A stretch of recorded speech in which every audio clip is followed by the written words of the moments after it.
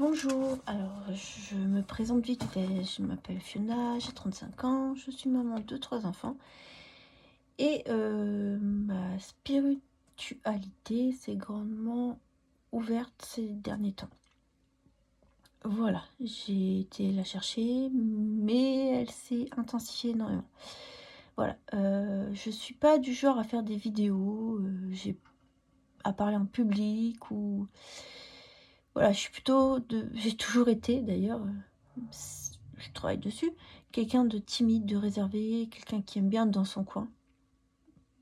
Donc voilà, donc c'est un exercice qui s'avère assez compliqué, vous le remarquerez certainement au fil de cette vidéo. Cependant, aujourd'hui, alors je ne prétends pas avoir la science infuse ou je suis pas un dieu ou je ne sais pas quoi. Non, non, je suis juste humaine, comme tout à chacun. Je me sens un peu poussée. J'ai vraiment le sentiment profond qu'il fallait que je parle de ça. Je me suis réveillée avec ça ce matin. Donc voilà, je n'y connaissais rien non plus. Il a fallu que je fasse mes recherches. Il a fallu que je prenne que ce qui en était à l'intérieur de moi, hein. Et je me sentais dans le besoin intérieur de vous en parler. Donc en fait, je voulais vous parler de quoi? Je voulais vous parler des élémentaux. Alors je sais pas si vous savez ce que c'est, si vous connaissez ce terme. En fait, vous les connaissez certainement sous les noms basiques, lutin, licorne, fée, naïade, en fait, qui eux sont les esprits des éléments qui sont la terre, le feu, l'air et l'eau. Voilà, ça c'est ce que tout le monde connaît de base. Il n'y a pas à chipoter plus longtemps là-dessus. Bref, en fait, en réalité, c'est beaucoup plus que ça. Donc, pour la plupart, vous connaissez les éléments les plus célèbres, si je peux dire. Sauf qu'en réalité, ils sont 7. Il y a la foudre, le feu, la terre, la glace, l'eau, l'air et celui qui est à l'origine de tous les autres, l'éther. Alors, c'est de l'éther que je voulais vous parler. En fait, l'éther, c'est tout bêtement un champ de particules et d'ondes. Et la façon dont il va se manifester en nous, en fait, il va déterminer notre relation avec l'espace et cet esprit de liberté. Ce 5e élément, en s'incarnant dans la matière, il va se diviser. Il va se diviser premièrement en 2 phases complémentaires, masculine et féminine, pour de nouveau se diviser en 2 pour former les autres éléments. Donc, par définition, cet élément remplit l'espace situé au-delà de l'atmosphère terrestre. Et c'est la substance primordiale et universelle, en fait. C'est vraiment ce qui constitue la substance de base de l'univers. En fait, il circule dans tout être vivant, animal ou humain ou plante, enfin les végétaux, enfin tout. C'est l'étincelle qui anime l'inanimé. Ce que nous mangeons, ce que nous buvons, nous aide donc à combler nos pertes éthérées, les pertes éthérées de notre corps. L'éther assure la naissance et la vie, et sans lui, la planète et tout ce qui s'y trouve mourrait. Voilà, je tiens bien à souligner qu'il assure la naissance et la vie. Par enchaînement naturel, tout simplement, la foudre en tombant crée le feu, qui brûle toute chose pour qu'elle retourne à la terre. Celle-ci érige les montagnes sur lesquelles naît la glace, qui fond pour donner la vie à l'eau. Cette dernière s'évapore et devient le vent, qui lui monte aux cieux et forme les nuages, eux-mêmes enfantant la foudre. Donc de même que par ascendance, la terre absorbe la foudre, l'eau emporte la terre et la foudre domine l'eau. Et par suggestion, le feu est éteint par le vent, la glace fond sous l'action du feu, et le vent, par contre, ne peut pas pénétrer la glace. Tout cela constitue l'essence même de la vie sur la Terre. La place de ces 6 éléments, foudre, terre, glace, eau, feu et terre, elle est et restera éternellement au-dessus des ombres et en dessous des astres. Il s'approche et s'éloigne de 2 pôles qui sont les pôles ombre et astre, donc en dessous et au-dessus. Sans relâche, mais jamais ils vont se toucher. Un peu comme des aimants, vous savez, les pôles inversés des aimants. Lorsqu'une entité va mourir, son éther, normalement, quitte son corps pour retourner à la mer et aux étoiles. Par contre, s'il arrive que cette entité fasse l'expérience d'une mort brutale, comme un décès à la guerre, un accident de voiture, un suicide, un animal qui est tué, un arbre qui est arraché par l'homme, entre autres, par exemple, le relâchement soudain des énergies vitales les plus aspectées se manifeste parfois sous forme physique avant de pouvoir retourner au flux éthéré. C'est de là que viennent les cristaux.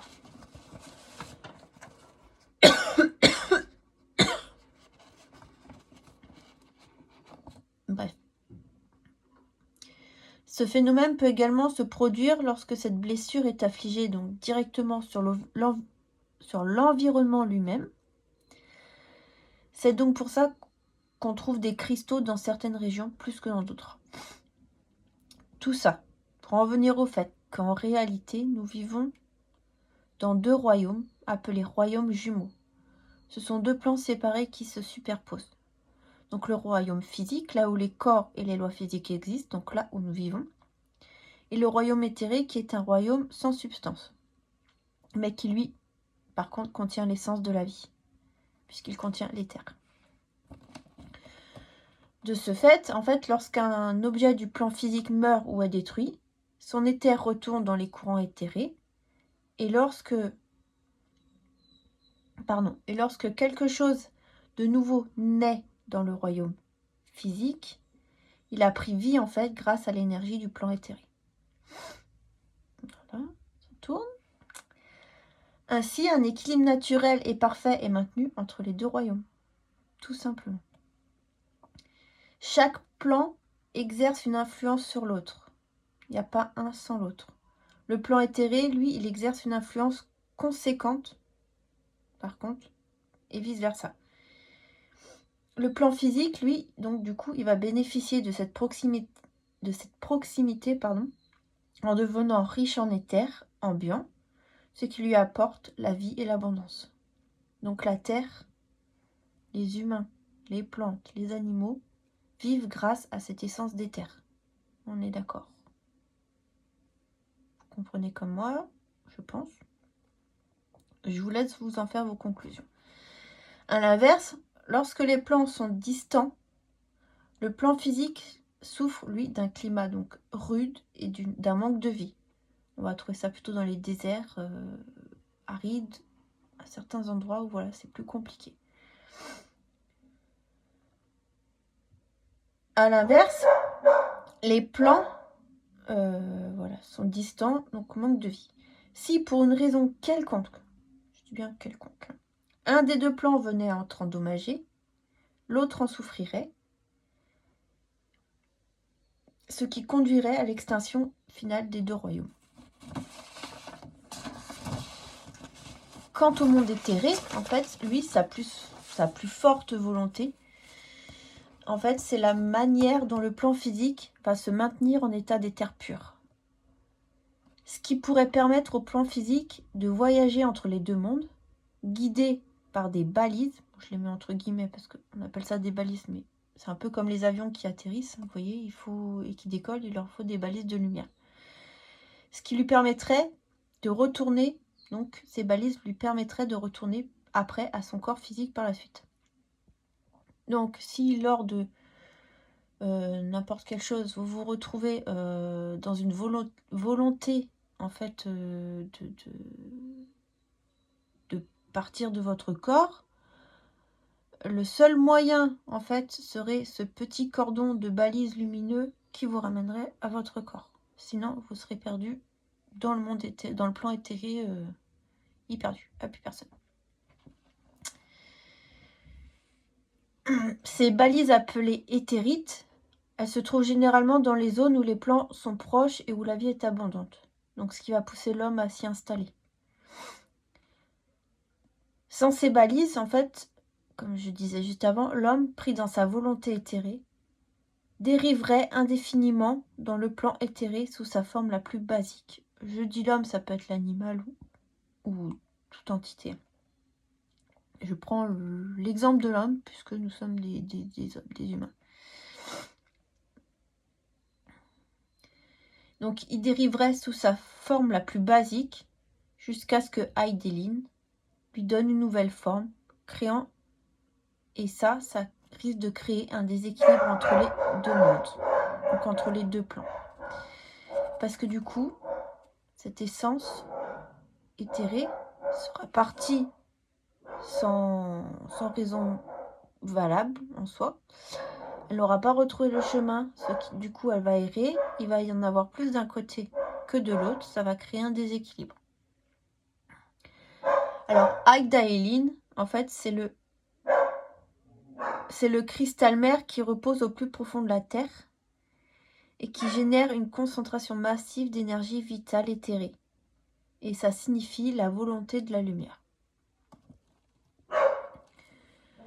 Ce cristal, s'il venait à perdre son énergie pour cause de déséquilibre, en fait, cette énergie qui est présente dans chaque être de la Terre viendrait à mourir et le lien entre le plan physique et éthéré serait rompu, ce qui engendrerait l'extinction de toute forme de vie sur Terre. Un monde ne pouvant vivre sans l'autre, les deux mondes périraient. Alors l'éther, il se rapporte au 5e chakra, donc le chakra Vishuddha, le chakra de la gorge. C'est là qu'est logée la plus grande concentration d'éther, ce qui peut référer au premier cri d'un bébé lorsqu'il naît, sa première respiration, son premier souffle, et également le dernier souffle qu'on pousse en mourant. On aspire cet éther et on rejette cet éther. Donc, le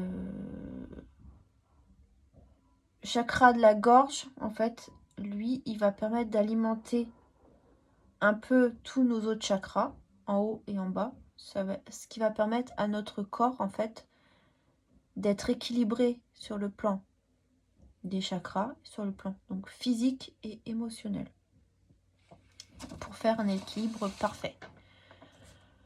Alors du coup, aujourd'hui, moi, je pense sincèrement que Aidelin est en déséquilibre, de par le fait de ce qu'on voit, tout ce qui est dérèglement des autres éléments de la Terre, la fonte des glaces, les tornades, enfin bon, tous les éléments qui sont eux-mêmes détraqués, en clair, donc qui se rapportent aux saisons qui sont détraquées, montre que, certainement pour moi, Aidelin est en déséquilibre. On voit aussi par l'extinction de certaines espèces, entre autres animales et végétales, et aux maladies dont l'humain doit faire de plus en plus face. Je pense, après, vous prenez, c'est ok, vous acceptez, c'est ok, vous acceptez pas, tant pis, c'est pas grave, il fallait que ça sorte de toute manière. Moi, je transmets, je n'ai pas la science infuse et je dis ce que je ressens. Donc voilà. Pour moi, donc ça vient aussi du fait que l'homme tue en abondance les animaux pour se nourrir. Au lieu d'attendre que l'animal meure de lui-même ou que l'animal accepte de mourir tout seul pour lui offrir sa nourriture. Comme les poules acceptent de pondre des œufs pour nous. Voilà. Donc de là, elle a accepté de nous donner quelque chose pour nous nourrir. Donc là, on peut s'estimer heureux d'accepter de le prendre. Il n'y a pas de déséquilibre. Alors que quand on tue un animal, 1, 2, 3, 4, regardez l'exemple des abattages, juste comme ça pour que l'humain puisse se nourrir en grande quantité faramineuse, ça crée un déséquilibre énorme. De même que la terre nous donne des fruits et des légumes d'elle-même, avec les graines qu'on aura plantées. Si elle nous fait germer la graine, c'est qu'elle accepte de nous donner à manger. C'est qu'la terre accepte de nous donner cet équilibre des terres qui est en elle. Donc on doit accepter ça et pas la rejeter. Voilà. Donc tuer un animal ou déserter des forêts revient donc à créer un déséquilibre important. Et donc à l'extinction petit à petit des deux royaumes, en fait. Le royaume éthéré et le royaume physique. Je vous laisse sur vos conclusions personnelles. Voilà, moi vous avez eu un peu la mienne. Chacun pense comme il veut, chacun voit comme il veut. Je ne force personne. Soit vous écoutez, ça vous va, c'est ok. Soit vous passez votre chemin, il n'y a pas de souci. Moi, je suis pas là pour donner des leçons. J'ai assez à m'occuper avec moi-même. Donc voilà. Mais je me sentais poussée par le fait qu'il fallait que je vous parle de ça. Qu'il fallait que je me renseigne sur ça et qu'il fallait que j'en parle. Voilà. Et comme quoi il fallait que ça sorte puisque ça a pas mal travaillé. Mais voilà. En tout cas, je vous souhaite une bonne fin de journée et prenez soin de vous.